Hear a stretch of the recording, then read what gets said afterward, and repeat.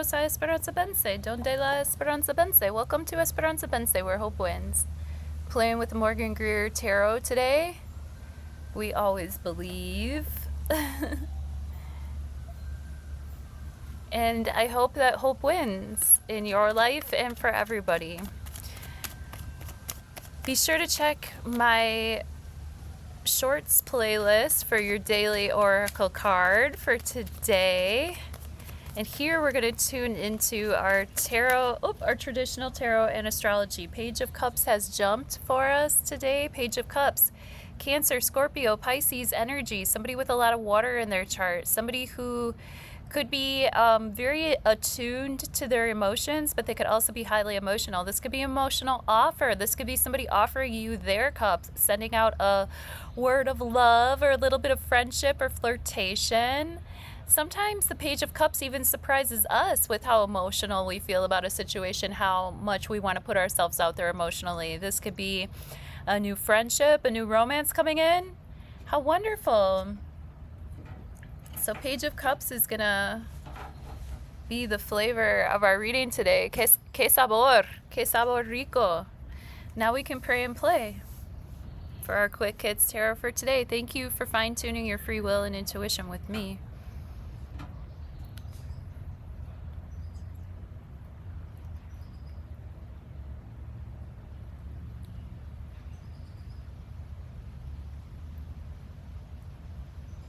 8th of July, 2026. Near past, present tense, near future.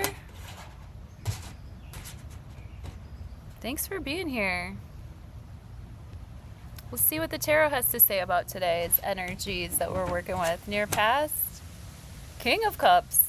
King of Cups and the Page of Cups in this reading. Wow.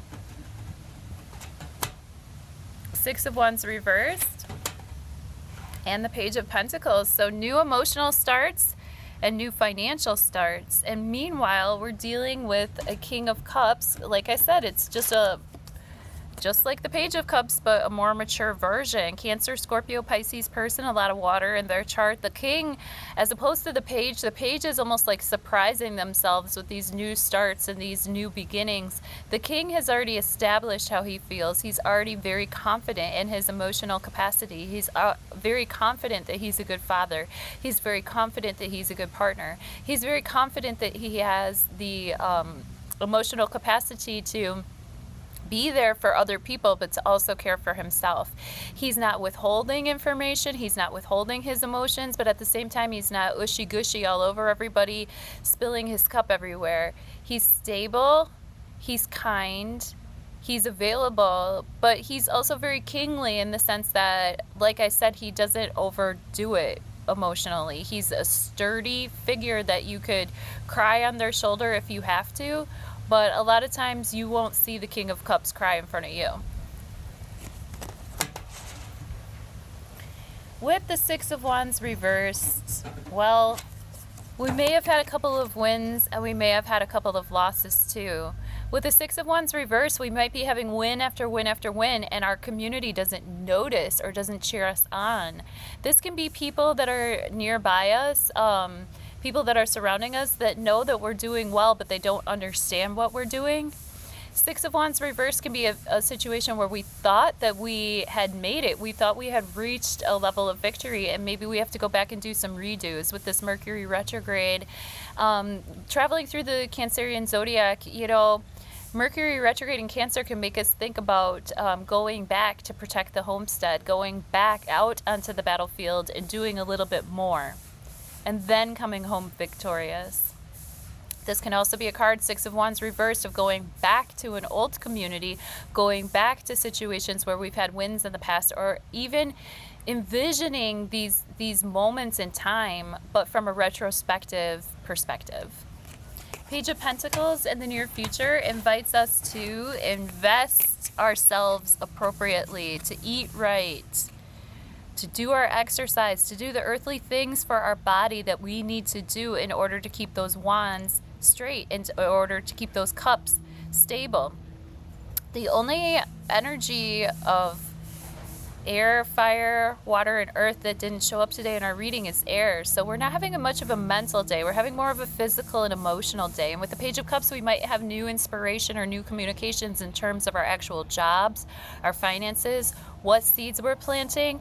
Even in the garden, what seeds have we planted? What seeds are we considering for the fall and for our second round of lettuce or spinach or whatever you plant in the fall? Because now we've already reached the apex of summer. Sun is already conjuncted Sirius, and we're getting serious about what we're investing now and what the harvest is going to be in the near future.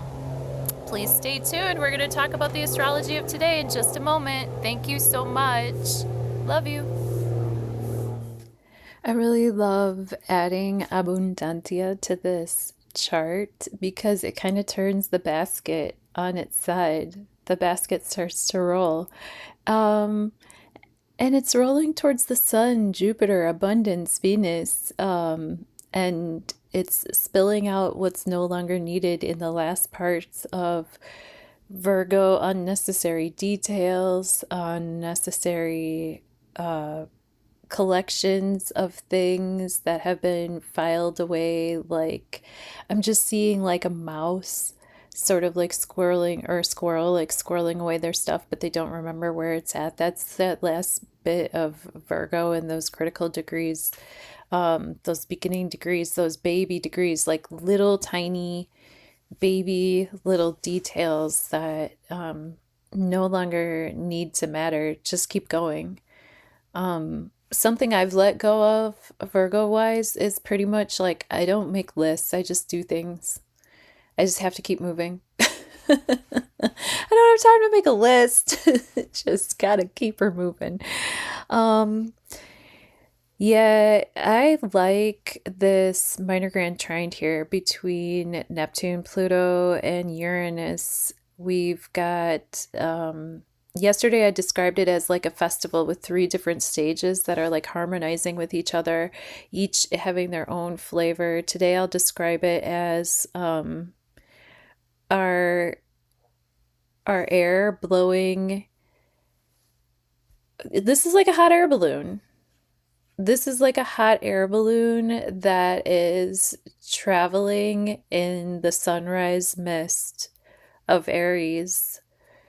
Aries is the beginning. Aries is where the sun starts its journey. And with Neptune there might be some fog, but Neptune's just gone retrograde, and that fog might start to lift, and this air in Gemini and Aquarius is blowing up towards Neptune, blowing up into that hot air balloon to rise above the horizon, above the fog, so that we can get a bird's eye view. Now, Saturn won't let us go too far. Saturn will keep us within the boundaries of what is necessary to happen here on Earth with earthly things. Saturn squaring off with Black Moon Lilith and Sirius, and just recently the Sun. And Saturn will keep us just tethered enough, just enough sandbags to bring us back down to where we need to be to make this step-by-step progress. But there is tension between, like, if we think that there's evil forces, there are evil forces. If we think that the manifestation quality of this time is such that the higher vibration of the tuning fork, we got to be sure that we're all as attuned as possible, as tuned up as possible, whatever helps keep the mood light as possible.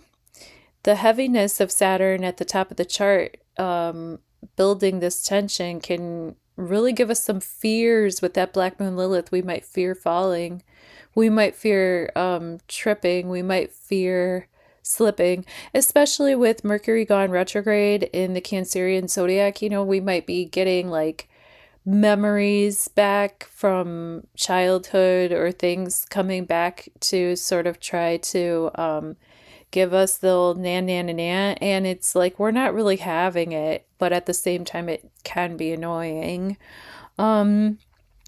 and exhausting and just exasperating that that's still a thing.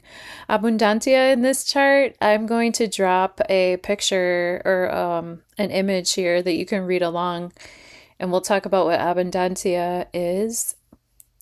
And I love how we're making that sextile to the south node here. So in order for us to gain resources, we need to release resources. And we especially need to release any fears surrounding letting go of resources, letting go of things that we have. With abundantia, having a beautiful, this is a nearly exact trine to the North Node in Pisces.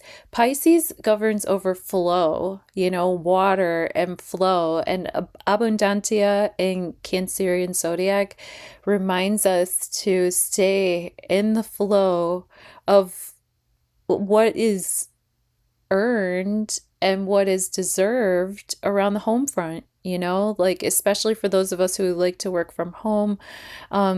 Maybe there's going to be some secret 12th house here, some secretive influx of energy, positive energy towards our spiritual practice so that we could keep doing what we're doing.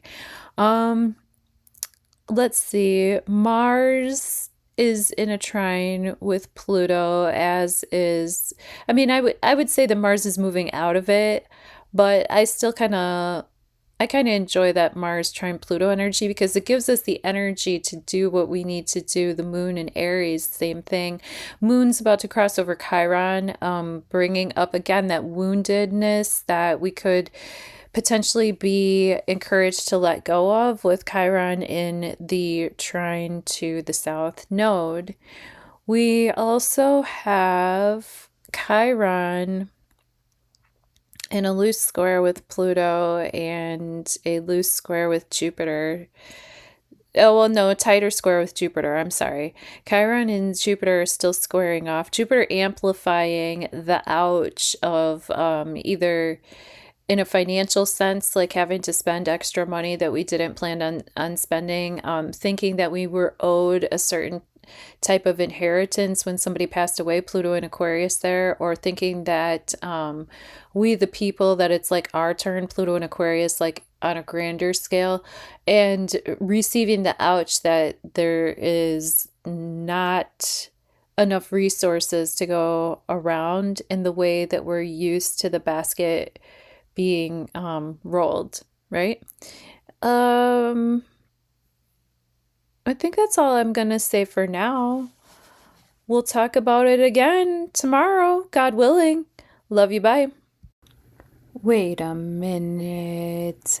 I don't think I talked about Mercury squaring the moon. So with the moon at 24 degrees of Aries, we are getting fuller on the feel of our individualism, of our own individual expression, of our baser instincts, and how we become more verbally and emotionally aggressive with Mercury making that square from the Cancerian zodiac sign. So it's like if we're in our feels, which, the moon is at home in Cancer, Mercury is at home in Gemini, Mars is in Gemini, Mars rules over Aries. So Mars is essentially telling the moon what to do. The moon is telling Mercury what to do, and Mercury is telling Mars what to do.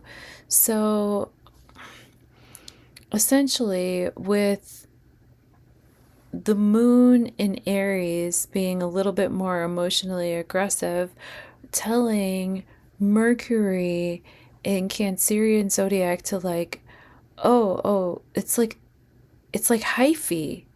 It's hyphy energy is what I would say. Okay. If you know, you know. If you've lived in Oakland, you've lived in Oakland and you get that. That's all I have. Thank you. Bye.